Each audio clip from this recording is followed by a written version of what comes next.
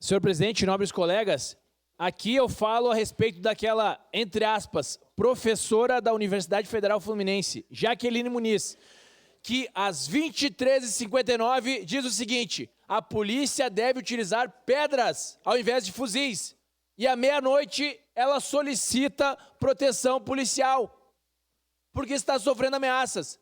Ou seja, para a comunidade, ela não está assim, ó, para a comunidade, ó, está assim. Mas para a proteção dela, não, a minha proteção tem que ter polícia fortemente armada.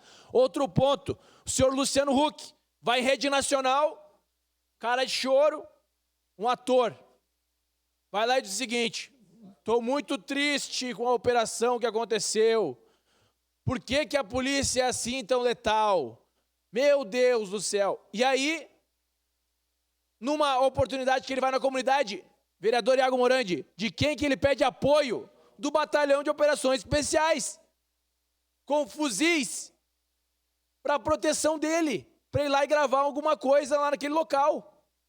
Então vejam a hipocrisia reina na esquerda, a extrema esquerda é hipócrita.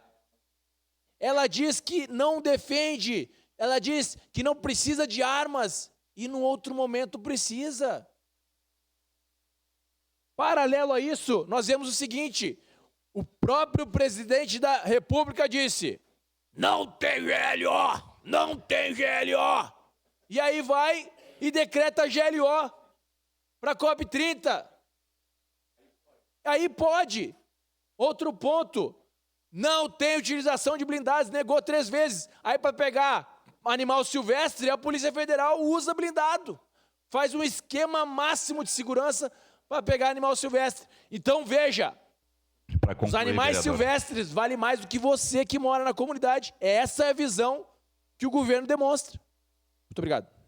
Obrigado, vereador. Com a palavra, vereador José.